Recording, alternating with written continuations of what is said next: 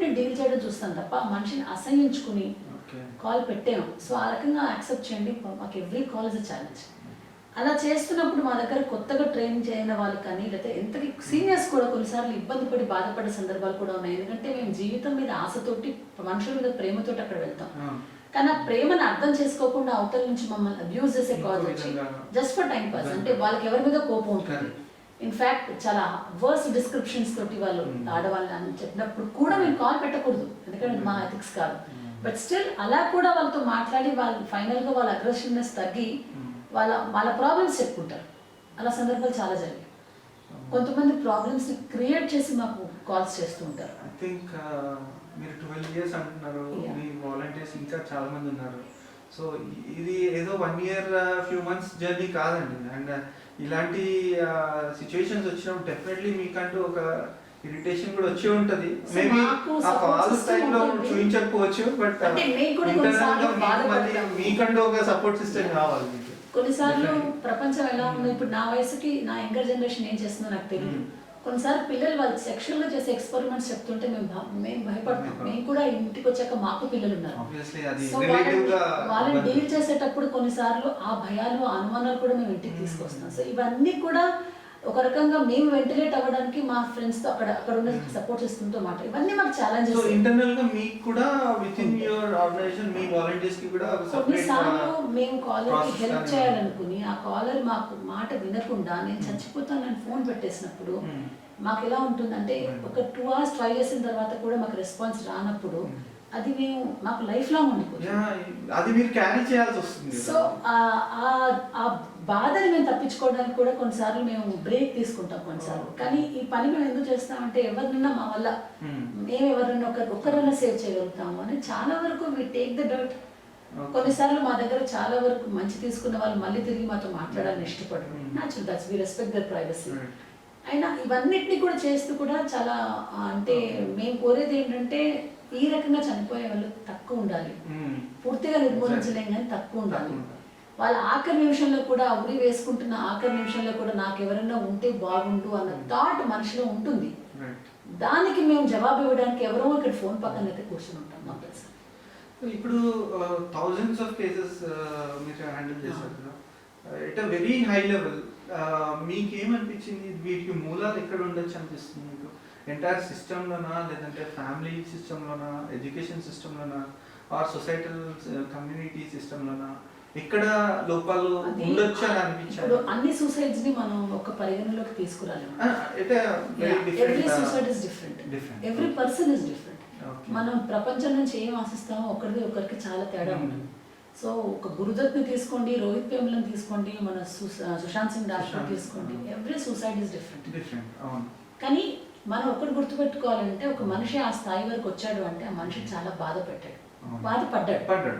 అది ఎటువంటి బాధ, అతను తెచ్చుకున్న బాధ, but he really had that pain.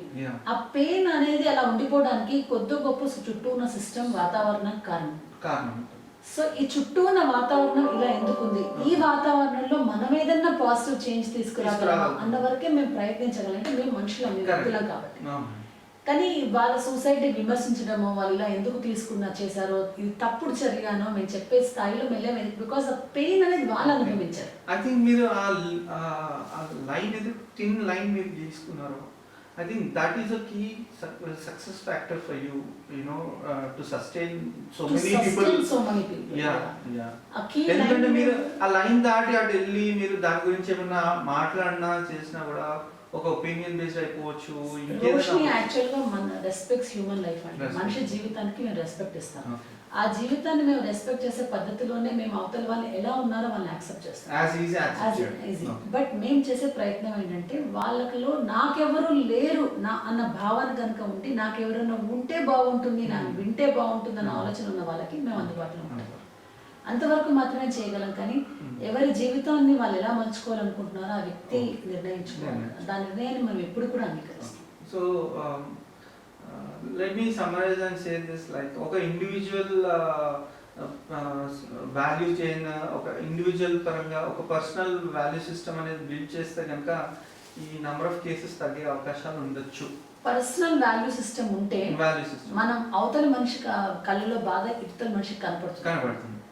So అవతల మనిషి చనిపోతాడు, అవతల మనిషిలో వాల్యూ సిస్టమ్ ఎక్స్పెక్ట్ చేసే కంటే దానికి రోషిని వరకు కూడా అవసరం లేదు, ఆయన సరౌండింగ్స్ అడ్రస్ చేయొచ్చు. సో మనలో వాల్యూ సిస్టమ్ అనేది పెరిగితే పక్క మనిషి బాధ మన కళల్లో కనపడుతుంది. ప్రతి మనిషి సూసైడల్ ఫీలింగ్స్ ఉన్న ప్రతి మనిషి ఎక్కడో చోట సిమ్టమ్స్ ని ఎగ్జిబిట్ చేస్తారు. అందరూ అంటారు ఇప్పటిదాకా బాగానే ఉన్నాడు, ఇప్పుడే వెళ్ళి సూసైడ్ చేసుకున్నాడు. ఇట్ ఇస్ రాంగ్ అండి.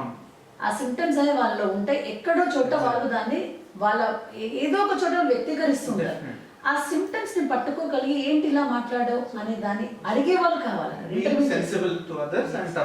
సో వాల్యూ సిస్టమ్ అంటే is nothing, you have to open your eyes. ప్రతి మనిషిని ప్రేమించడం నేర్చుకోవాలి, అవతల మనిషి ఎమోషన్స్ ని అర్థం చేసుకోవడం నేర్చుకోవాలి. ఇప్పుడున్న సొసైటీలో ప్రతిదీ ఈజీ అయిపోయింది, ఇతరులు గేలి చేసి మేము గొప్ప అని చెప్పుకోవడం అయిపోయింది. సో పరాన్న జీవనం ఎక్కువ. నేచురల్లీ నా లైఫ్ లో ప్రాబ్లం వచ్చినా కూడా నేను నాకు తక్కువ మంది ఉన్నారు చెప్పుకోవాలనుకున్నాను. సో ఎందుకున్నారు అంటే because everybody's value systems are different. అలాగే మనం ఇలాగే ఉండాలి. ఒక స్థాయిలో ఉన్న వ్యక్తిని మనం ఎక్స్పెక్ట్ చేస్తాం వీడు చాలా గట్టిగా ఉంటాడు, కానీ గట్టిగా ఉన్న వాళ్ళు కూడా ఎమోషన్స్ ఉంటాయి. అప్పుడప్పుడు he or she also becomes week. So ఆ వీక్ అయినప్పుడు వీక్నెస్ చేస్తే మనం గేల్ చేయడం కదా, యాక్సెప్ట్ చేసి దాన్ని అర్థం చేసుకొని చేయి పట్టుకునే అది వాల్యూ సిస్టమ్ అంటే. So I have my own definition, but we Roshni volunteers have this kind of value system. లేకపోతే మేము ఇక్కడ పని చేయగలం. ఐ థింక్ కొద్దిగా మనది హెవీ సిచ్యుయేషన్లోకి వెళ్ళిపోతున్నాము. So I think it gave us a lot of insights how Roshni handles and how people take it and all. So కొద్దిగా మనం దీన్ని కొద్దిగా డైవర్ట్ చేసుకొని ఆర్గనైజేషన్ పరంగా మనం అర్థం చేసుకోవడానికి ట్రై చేస్తాం. So like Roshni as key element to impact the societal elements, negative elements. మీకు వచ్చే నెంబర్ ఆఫ్ కాల్స్ పరంగా కానీ లేదంటే నెంబర్ ఆఫ్ వాకింగ్స్ పరంగా కానీ ఒక చిన్న పర్ డే అనాలిసిస్ ఒక చిన్న ఏమైనా చెప్పగలుగుతారా? పర్ వీక్ కాల్స్ అంటే నార్మల్ గా ఉంది సిచ్యువేషన్ అనుకున్నప్పుడు కూడా మాకు 600 కాల్స్ వస్తాయి నెలకు. ఓకే. అందులో విజిటర్స్ తక్కువ ఉంటారు వచ్చేవాళ్ళు. అంటే మాకు 600 కాల్స్ అంటే 100 మంది దాకా విజిటర్స్. చెప్పాను కదా అంటే రేషియో అది. మా దగ్గరకు వచ్చే వాళ్ళు అన్ని ఏజ్ గ్రూప్స్ వాళ్ళు వస్తారు. అండ్ ఎక్కువగా అటెంప్ట్స్ కూడా మేము చూస్తే, అంటే ఈ పాయింట్ ఒకటి మీ క్వశ్చన్ కరెక్ట్ కాకపోయినా చెప్తాను. సూసైడ్ అటెంప్ట్స్ ఎక్కువగా చేసుకునేది ఆడవాళ్ళండి, సక్సెస్ఫుల్ అటెంప్ట్స్ చేసుకునేది మగవాళ్ళు. అంటే మోర్ నెంబర్ ఆఫ్ అటెంప్ట్స్ ఆడవాళ్ళు చేస్తారు, సక్సెస్ఫుల్ అటెంప్ట్స్ చేసుకునేది కూడా మగవాళ్ళు. సో ఎక్కువ రిస్క్ లో ఉన్న మగవాళ్ళు. ఎందుకంటే మన ఇండియాలో మగ అహంకారం చాలా ఎక్కువ ఉంటుంది కదా. మనకి ఏదైనా బాధ ఉన్నా కూడా చెప్పుకోం మనం. మగాడిలా ఏడుస్తున్నావా అంటారు. అంటే ఏడవడం ఆడవాళ్ళ సొత్తు లాగా లేదా ఆడవాళ్ళ క్రెడిట్ లాగా కొన్నిసార్లు ఏడవాళ్ళకి మగవాళ్ళకి కూడా అనిపిస్తుంది. కానీ they go open in to the market. So వాళ్ళ ప్రెషర్స్ ఎక్కువ ఉంటాయి. సో వాళ్ళ ఇళ్లలో ఆ ప్రెషర్ని అవుట్ చేసుకోలేరు. అలాంటి ఎందుకంటే ఫ్యామిలీ వాళ్ళ మీద ఇప్పుడు మనం we expect that man so బయట ప్రొఫెషన్ లో ఇప్పుడున్న కాంపిటీషన్ లో they will never tell that we are weak. So attempts వాళ్ళకి తొందరగా అంటే సక్సెస్ అవుతుంది. They know the means. ఆడవాళ్ళ రేషియో మీరు చెప్పినట్టు ఎక్కువ ఉన్నా కూడా క్యాజువాలిటీ రేట్ తక్కువ ఉంది. బట్ మగవాళ్ళది ఏంటంటే డెసిషన్ డిపెండెన్సీస్ వాళ్ళదే ఉంటుంది కాబట్టి quick decisions and rigid decisions తీసుకోవడం జరుగుతుంది. ఓకే. సో ఆ రకమైన డిస్కషన్ మా దగ్గర కాలేజ్లో మేము చూపించాము. సో వీళ్ళు 50 వాళ్ళు 50గా వస్తూ ఉంటారు. ఏజ్ గ్రూప్స్ మీరు చెప్పినట్టు అన్ని ఏజ్ గ్రూప్స్ వాళ్ళు వస్తారు. ఆల్ వేస్ ఆఫ్ పీపుల్ వస్తారు. ఓల్డ్ ఏజ్ వాళ్ళు కూడా వస్తారు. ఓల్డ్ ఏజ్ ప్రాబ్లమ్స్ చాలా ఉన్నాయండి. ఓల్డ్ ఏజ్ లో ఇప్పుడు ఉన్న గ్లోబలైజేషన్ పరిధిలో అందరూ పిల్లలు ఫారెన్ లో ఉన్నారు. సో ఆ రకమైన ఒంటరితనంతో ఫేస్ చేస్తున్న పేరెంట్స్ చాలా మంది మన ఇండియాలో ఉంటారు. వాళ్ళు బయట బంధువులు ఎవరికి కూడా మేము ఇలా ఒంటరిగా ఉన్నామని చెప్పుకోలేదు. కానీ తలనొప్పి మాత్రం కూడా బయట ఎవరి మీద ఆధారపడాల్సిన పరిస్థితి. ఇప్పుడు ఇవాళ రేపు ఆధారపడడం అంటే నథింగ్ బట్ ఎక్స్‌ప్లాయిటేషన్. అది సిద్ధపడదు ఓల్డర్ జనరేషన్. సో లక్కీగా కొద్దిగా మొబైల్ యాప్స్ అవి కొద్దిగా సపోర్ట్ చేస్తున్నారు. కానీ ఎంతమంది టెక్నాలజికల్ సాయి ఉన్నారు. కొంతమందిని ఇప్పుడు మళ్ళీ నేర్చుకొని కొత్త జీవితానికి సిద్ధపడమంటే రిటైర్మెంట్ ఏజ్ లో అందరూ అవసరమా అయితే అనుకునే. సో అలాంటి టైంలో ఇంట్లో ఒక మనిషి లేక చుట్టుపక్కల మాట్లాడుకోవడానికి మనిషి లేక ఓల్డ్ ఏజ్ లో చాలా మంది old age problems are different. అలాగే హెల్త్ వాళ్ళకి సహకరించదు. హెల్త్ సహకరించకుండా చూసే వాళ్ళు లేక ఎప్పుడు చచ్చిపోతానా అంటూ ఎదురు చూస్తూ ఉన్న వాళ్ళలో జస్ట్ ఇమాజిన్ మనం ఆ సిచ్యువేషన్ ఉంటే ఎటువంటి ఫీలింగ్ ఉంటుంది. అది ఎవరు ఏమి చేయలేని సిచ్యువేషన్. చాలా మంది వాళ్ళే ఆనందంగా పిల్లల్ని పంపించారు కాబట్టి they blame themselves. So last ఆ సెల్ఫ్ బ్లేమ్ అనేది కూడా తీసుకుని అది ఇంకో పెద్ద బర్డెన్ అవుతుంది. సో ఆ కైండ్ ఆఫ్ పీపుల్ చాలా మంది మనకి పెరుగుతున్నారు, ఇంకా రాను రాను పెరుగుతారు కూడా.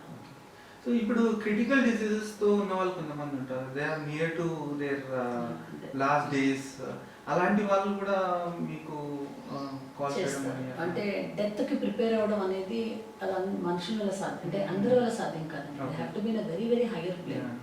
సో నేను చనిపోతాను అని యాక్సెప్ట్ చేయాలి. మనిషికి అన్ని బాగున్నప్పుడు బ్రతుకు మీద తీపి ఉంటుంది, దానికి ప్రిపేర్ అవ్వడం. అతను చనిపోతాడు అని తెలిసి చుట్టుపక్కల వాళ్ళు దానికి ప్రతిరోజు రోజులు లెక్క పెట్టుకోవడం అనేది ఇట్స్ బిగ్గెస్ట్ పనిష్మెంట్. కానీ ఆ దాంట్లో డిప్రెషన్కి లోనే చాలా మంది సూసైడ్ అటెంప్ట్స్ చేసుకుంటారు. మేము హాస్పిటల్ సెంటర్స్ కూడా వెళ్తాం. హాస్పిటల్స్ అంటే పేషెంట్స్ అంటే క్యాన్సర్ లాంటి జబ్బులు ఉన్నాయంటే వాళ్ళకి టోటల్గా ట్రీట్మెంట్ అంతా అయిపోతుంది, డాక్టర్స్ ఇంకేం చేయలేము, అమ్మ 10 రోజులు నెల రోజులు ఉంటాడని చెప్తారు. అలాంటి వాళ్ళు ఊరు తీసుకెళ్లారు, వాళ్ళని హాస్పిటల్ సెంటర్స్లో పెడతారు. ఆ సెంటర్లో చిన్న పిల్లల దగ్గర నుంచి పెద్దవాళ్ళ దగ్గర ఉంటారు. సో వాళ్ళ దగ్గర వాళ్ళు ఎంత డిప్రెషన్లో ఉంటారో కేర్ టేకర్స్ కూడా అంత డిప్రెషన్లో ఉంటారు. వాళ్ళకి తెలుసు ఇంకా వాళ్ళు కేర్ టేకర్స్ ఏంటంటే అక్కడ ఉండి మనిషి రేపు పోతాడేమో, కళ్ళు మూసుకొని నిద్రపోతే రేపు పోతాడేమో అని అంటే డాక్టర్స్ చెప్తారు కదా, ఓపెన్గా చెప్తారు ఇంకా వారమో 10 రోజులు అని. ఆ వారం 10 రోజుల పీరియడ్ వాళ్ళ జీవితంలో చాలా క్రూషియల్. అలాగే మరణానికి దగ్గర ఉన్న వ్యక్తిలో ఒక గిల్ట్ ఉంటుంది, నేను అనవసరంగా నా ఇంట్లో వాళ్ళతో ఇంత డబ్బు ఖర్చు పెట్టించాను అని. చాలా మంది ఇవాళ మెడికల్ ఎక్స్పెన్సెస్ ఎంత అప్పులు చేస్తారు. సో ఆ గిల్ట్తో చనిపోవడానికి సిద్ధపడడం అనేది ఇంకో పెద్ద పనిష్మెంట్. సో ఆ హాస్పిటల్స్ వాళ్ళు రాలేదు కాబట్టి మేము ఆ సెంటర్స్కి వెళ్తాం. కొన్ని సందర్భాల్లో దానికి మేము కూడా ఎఫెక్ట్ అవుతాం. అంటే మాట్లాడుతున్నప్పుడు ఒకరితోటి మేము ఒక రకమైన కనెక్టివిటీ ఏర్పడుతుంది. వచ్చే వారం వస్తావా అంటే అనో, లేకపోతే రేపు వస్తావా అంటే వస్తాను అని నేను చెప్తాను, కానీ రేపు అతను ఉంటాడో లేదో మాకే గ్యారెంటీ. సో అట్లాంటి సిచ్యువేషన్స్ని కూడా వి టాక్ టు దమ్. ఎందుకంటే ఆ ఉన్న మేము 10 నిమిషాలు చాలాసార్లు కేర్ టేకర్స్ ఏమంటారంటే ఈ రోజు నిద్రపోయడం మన తర్వాత. సో మాకేమనిపిస్తుంది అంటే అతనికి మేము జీవితం ఇవ్వలేకపోవచ్చు, కానీ 4 గంటలు నిద్రనే ఇవ్వగలిగాం కదా. సో మా శ్రమ అంతవరకు అన్నా. కొంతమందికి ఆ ఒక్కరోజు నిద్రపోతే అంటే 2 నెలలు 3 నెలల నుంచి నిద్ర లేకుండా ఉన్న వాళ్ళు ఒక్క రాత్రి మీతో మాట్లాడక ఏమైంది ఇవ్వాలి, మరుసటి రోజు మళ్ళీ అదే బాధ ఉంటుంది వాళ్ళలో. కానీ ఆ 4 గంటల నిద్ర కోసమన్నా రోషన్ వాలంటీర్స్ ఎంత పని చేయడానికి రెడీ ఉంటారు. ఆ లాస్ట్ మూమెంట్స్ లో తులసి నీళ్ళు పోసినట్టు అంటే మేము అనుకునేది ఏంటంటే కొన్నిసార్లు వాళ్ళు ఏవో చెప్పాలనుకుంటారు, ఆ చెప్పాలనుకున్నది చెప్పడం. అంటే లేదంటే వాళ్ళలో ఉన్న నేను ఇలాంటి తప్పులు చేస్తానమ్మా అందుకోసం నీ బాధలు పడుతున్నాను అని చెప్పి వాళ్ళు కూడా. So they share the secrets. మేము టోటల్ కాన్ఫిడెన్షియల్, అంటే మాతోటి వాళ్ళు ఏం మాట్లాడారో వాళ్ళ ఫ్యామిలీకి కూడా చెప్పాం. వీలే కాదు ఏ కాలర్ మాతో మాట్లాడినా, ఆఖరికి పోలీస్ వాళ్ళ ద్వారా ఒక కాలర్ వచ్చి ఏదైనా పర్సనల్ రీజన్తో సూసైడ్ చేసుకుంటున్నాను అనుకున్నాను ఈ కారణం వల్ల అన్నప్పుడు కూడా పోలీస్ వాళ్ళకు కూడా మేము చెప్పమండి రీజన్ ఏంటి. కాకపోతే ఇతను కౌన్సిలింగ్ అవసరం తీసుకురామని, లేకపోతే వీళ్ళు అలాంటి డాక్టర్ దగ్గర ఈ మాత్రం సజెషన్ ఇస్తాం. మేము police also respects our privacy. So మీరందరూ మీ సపోర్ట్ మీ కాలేజ్కి కానీ వాకింగ్ పీపుల్ వాళ్ళకి ఇవ్వాలంటే some sort of logistical requirement ఉంటుంది, ఆఫీస్ పరంగా కానీ ఆర్ మీ రీచ్ పరంగా కానీ. సో అలాంటి రిక్వైర్మెంట్స్ అన్ని మీరు ఎలా ఫుల్ఫిల్ చేసుకుంటారు? మాకు రెడ్డి ల్యాబ్స్ వాళ్ళు లైఫ్ టైం స్పాన్సర్ చేస్తారండి. అంజిరెడ్డి గారు ఉన్నప్పుడు it was total supporter of Roshni. ఆ తర్వాత వాళ్ళ ఫౌండర్ తర్వాత సక్సెస్ కూడా రోషినికి they are almost like godfathers. వాళ్ళ సౌజన్యంతో రోషిని నడుస్తుంది, ఇంకా ముందు నడుస్తుంది. Because they are totally into it. వాళ్ళకి ఆ కాన్సెప్ట్ కూడా వాళ్ళకి టోటల్గా నచ్చి they are supporting us from past 25 years వాళ్ళ సపోర్ట్ తోటి మేము నడుస్తున్నాం. ఆ తర్వాత we have got few sponsors also. And ఇంకేదైనా ఉంటే వీ వాలంటీర్స్ ఆల్సో ఓపెన్ అని చెప్పి what best we can do మేము చేస్తాము. మేము ఫిజికల్ వర్క్ అంతా మాది, and the other kind of logistics అనేది మాకు ఒక ట్రస్టీస్ ఉన్నారు. ఒక trust Roshni is proper NGO. So we have got 4 trustees organization లెవెల్లో. దాని తర్వాత we have directors and deputy directors. ఆ తర్వాత ఆల్ వాలంటీర్స్, మా దగ్గర వాలంటీర్స్ అందరూ కూడా ఏదో ఒక డ్యూటీ అనేది తీసుకుంటారు. వాలంటీరింగ్ కాకుండా ఆర్గనైజేషనల్ డ్యూటీ కూడా ఏదో ఒకటి తీసుకున్నారు. ఎందుకంటే ఒక సంస్థను నడిపించాలి అంటే దాని వెనకాల చాలా ఉంటాయి. బయట ప్రెస్ వాళ్ళతో కవరేజ్ కానీ, లేదా అవుట్ రీచెస్ చూసుకోవడం కానీ, లేకపోతే మనం చెప్పాను కదా ఇందాక వాలంటీర్స్ కదా ప్రాబ్లమ్ వచ్చినప్పుడు వాలంటీర్ సపోర్ట్ సిస్టమ్ గా చూసుకోవాలి, ఇంటర్నల్ సపోర్ట్, వీటన్నిటికీ everybody have their own share. అయితే ఇప్పుడు రోషిని గురించి ఇంకా చాలా మందికి అంటే జనాలకు చాలా మంది తెలియడానికి మీరు చేసే ప్రయత్నాలు ఏంటి? లైక్ వెబ్సైట్ కానీ ఇంకా ఏమన్నా like maybe cine industry or good celebrities or వాళ్ళతో ఏమైనా కనెక్టింగ్? అంటే అంతకుముందు నాగార్జున గారు మా రోషిని సంస్థకు ఫుల్ సపోర్ట్ గా ఉన్నారు. వాళ్ళు షో చేసినప్పుడు కూడా మా నంబర్స్ ఆయన ఓపెన్ గా, అంటే మా వాలంటీర్స్ వెళ్ళి పార్టిసిపేట్ చేయడం, ఆయన మా నంబర్స్ ని ఆయన అంటే అక్కడ టెలికాస్ట్ చేయడం, దాని తర్వాత మాకు విపరీతంగా కాల్స్ రావడం అనేది జరిగాయి. He is totally for mental health. Okay. And ఇలా కొంతమంది సెలబ్రిటీస్ మాకు హెల్ప్ చేస్తూ ఉంటారు. శిల్పారెడ్డి గారు కూడా మాకు హెల్ప్ చేస్తారు. అంటే వాళ్ళు ఎక్కడికి వెళ్ళినా రోషిని మెసేజ్ అయితే వాళ్ళు స్ప్రెడ్ చేస్తూ ఉంటారు. అలాగే మా ఆర్గనైజేషన్ వాళ్ళతో కూడా మాకు కొన్ని లింక్స్ ఉన్నాయి. అంటే సెలబ్రిటీస్ గా ఎవరు ముందుకు రారు కానీ but they know that Roshni అనేది ఒకటే ఎగ్జిస్ట్ అయ్యింది అని.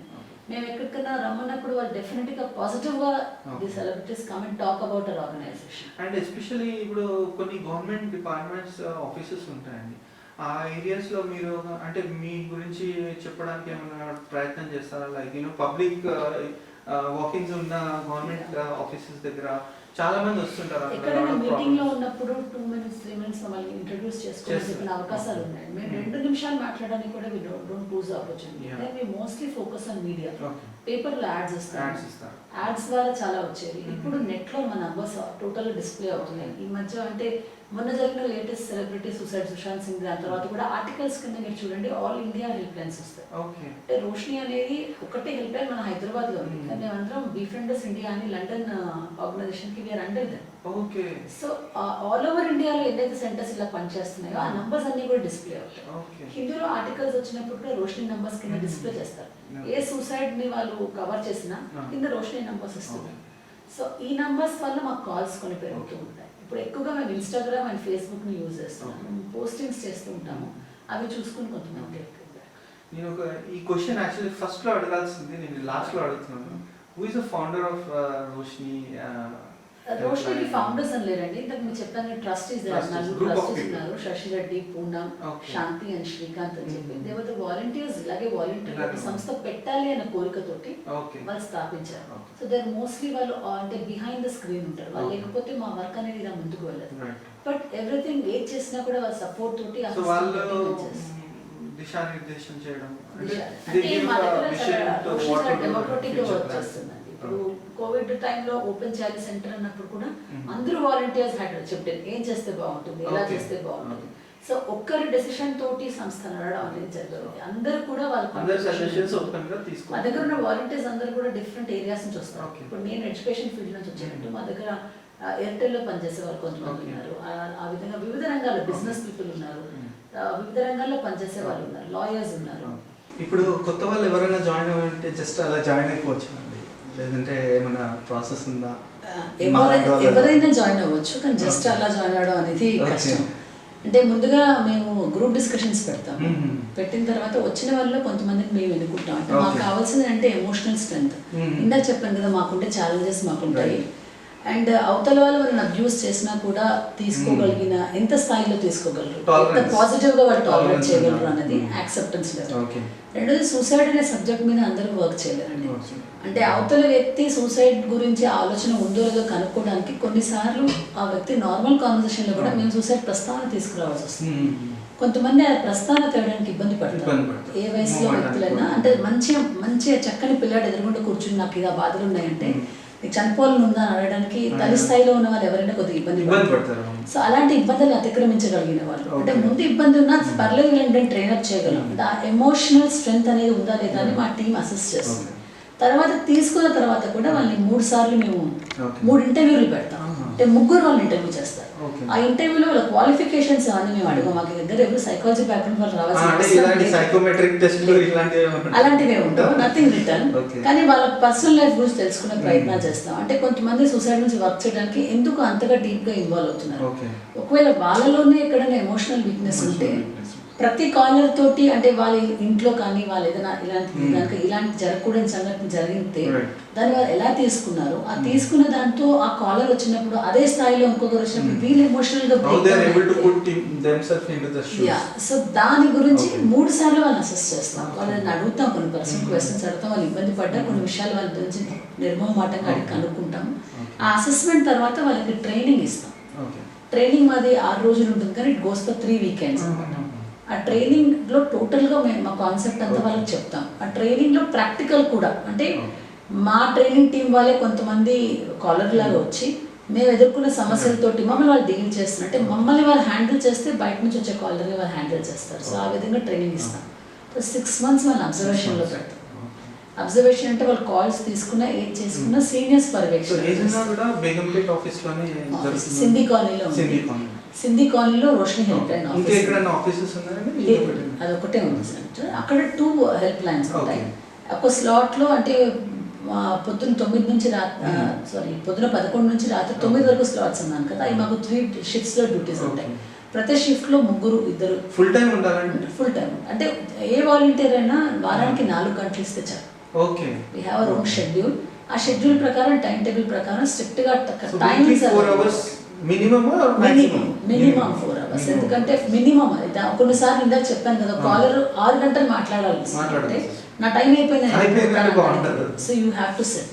ఆ రకంగా మా వాలంటీర్స్ 9 o'clock సెంటర్ అయిపోయినా కూడా కొన్నిసార్లు 10-11 దాకా ఉండి కూడా మాట్లాడిన సందర్భాలు.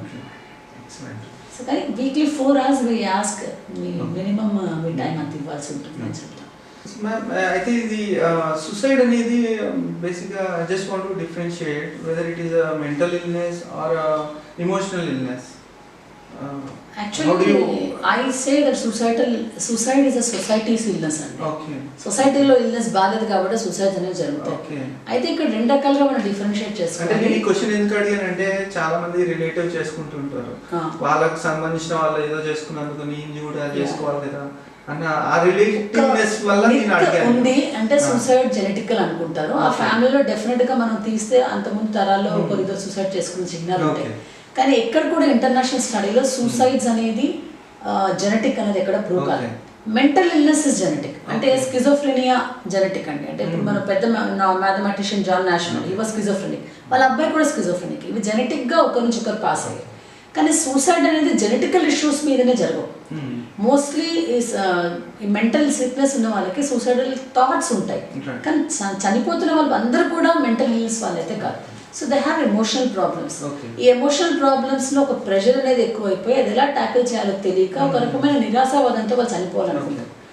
కానీ యూజువల్గా ఒక ఫ్యామిలీలో సూసైడ్ జరిగితే ఆ ఫ్యామిలీలో 2వ తరంలో కానీ 3వ తరంలో కానీ సూసైడ్ జరిగిన చాలా వరకు మనకు ఎగ్జాంపుల్స్ మనకు వేరే ఫ్యామిలీస్ని స్టడీ చేస్తే కనిపిస్తాయి.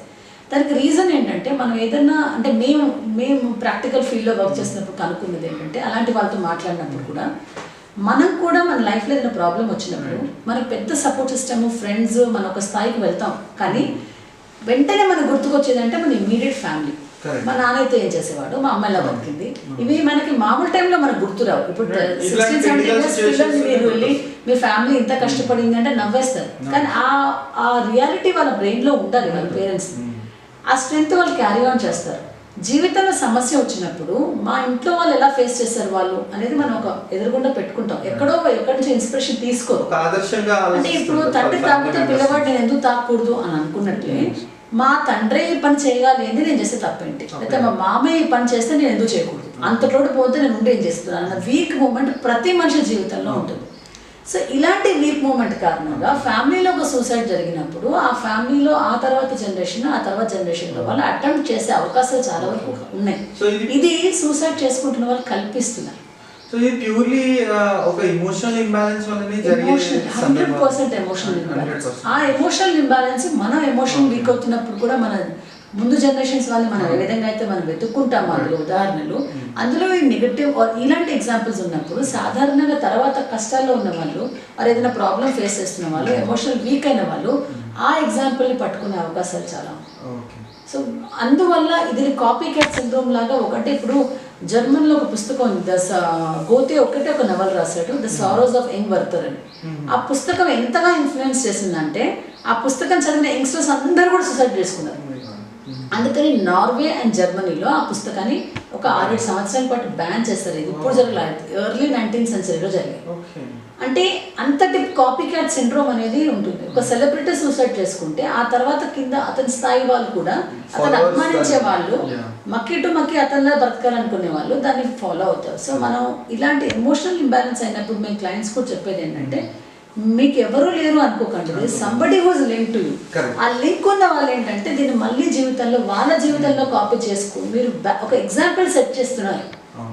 అది ఒక్క విషయం మనం కనుక కొన్నిసార్లు సూసైడ్స్ చేసుకున్న వాళ్ళ మైండ్లో కనుక ఇంప్లాంట్ చేయగలిగితే కొన్ని సూసైడ్స్ని ఆపొచ్చు.